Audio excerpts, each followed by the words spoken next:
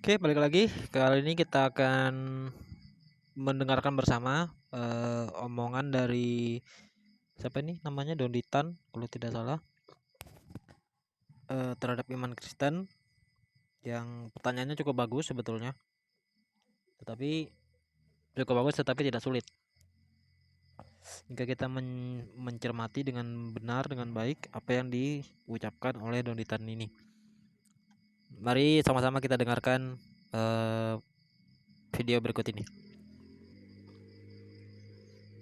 Apakah Bapak percaya bahwa Tuhan yang Maha Esa itu, juga Maha Kuasa itu, bisa menjadi manusia? Iya, percaya. Karena Bisa. kan maha kuasa. Maha Kuasa, makanya dia jadi manusia. Karena dianggapnya manusia sudah berdosa gitu Pak ya. Nah, iblis berdosa nggak Pak? Dosa. Lebih banyak mana dosa iblis sama dosa manusia? Ya iblis. Iblis. Karena dinamakan iblis. Oke. Kalau Tuhan yang Maha Kuasa ini mau menjadi manusia untuk menebus dosa manusia, kenapa Tuhan tidak menjadi iblis untuk menebus dosa iblis? Karena Kan Tuhan kan Maha kuasa. karena begitu besar kasihnya kepada ciptaannya. Iblis kan juga ciptaan Tuhan kan Pak? Kenapa yang manusia aja yang ditebus, yang iblis nggak ditebus? nggak tahu. Apakah Bapak Nah, itu tadi videonya eh mengenai penebusan dosa manusia dan penebusan dosa iblis. Kurang kurang lebihnya begitulah ya. Nah, kenapa Tuhan tidak menebus dosa iblis? Yang pertama adalah bahwa eh, iblis itu tidak bisa kita katakan jatuh ke dalam dosa. Iblis tidak bisa kita katakan jatuh ke dalam dosa.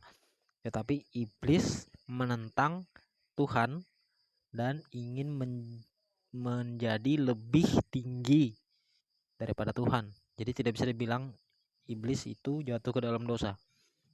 Nggak ada itu. Dalam iman Kristen nggak ada pandangan seperti itu. Satu. Yang kedua, tadi jika kita dengarkan bersama bahwa Donditan ini mengutip ayat Alkitab yang dia bilang karena begitu besar kasih Tuhan kepada ciptaannya. Dia mengutip Yohanes 3 ayat 16 dengan memelintirnya. Mari kita sama-sama lihat dulu Yohanes pasal 3 ayat 16. Karena begitu besar kasih Allah, atau kita bahasa terjemahan literalnya, sebab Elohim demikian mengasihi dunia ini sehingga dia mengaruniakan putranya yang tunggal supaya setiap orang yang binasa kepadanya setiap orang yang percaya kepadanya, supaya setiap orang yang percaya kepadanya tidak binasa melainkan beroleh hidup yang kekal.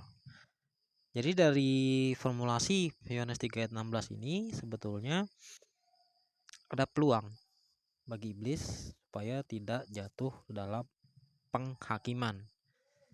Kalau dia mau tunduk kepada otoritas ilahi, tunduk kepada Tuhan. Masalahnya jika kita lihat di dalam surat kitab Wahyu yang ditulis oleh Yohanes itu,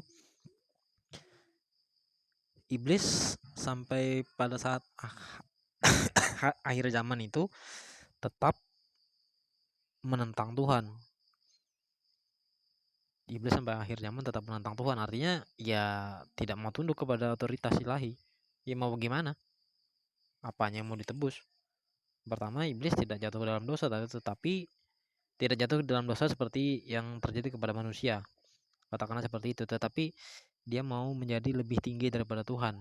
Dan yang kedua, iblis juga tidak mau tunduk kepada otoritas ilahi juga kan. Jadi ya apa yang mau ditebus? Jadi tidak bisa.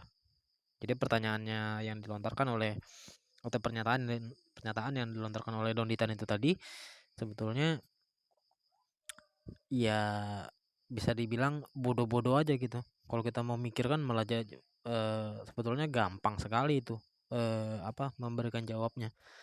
Hanya kalau kita mengikuti pola pikirnya Donditan ya jadinya jadi bodoh seperti dia.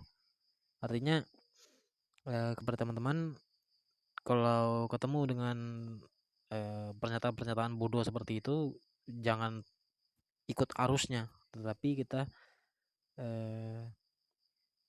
mempertegas lagi dasar-dasar keimanan kita supaya kita tidak terikut dalam arus pemikiran bodoh-bodoh seperti itu. Oke, mungkin itu aja, singkat aja dari saya karena pembahasannya juga singkat, omongannya orang bodoh-bodoh itu tadi. Saya akhiri sampai di sini. Sampai jumpa di kesempatan yang lain. Shalom.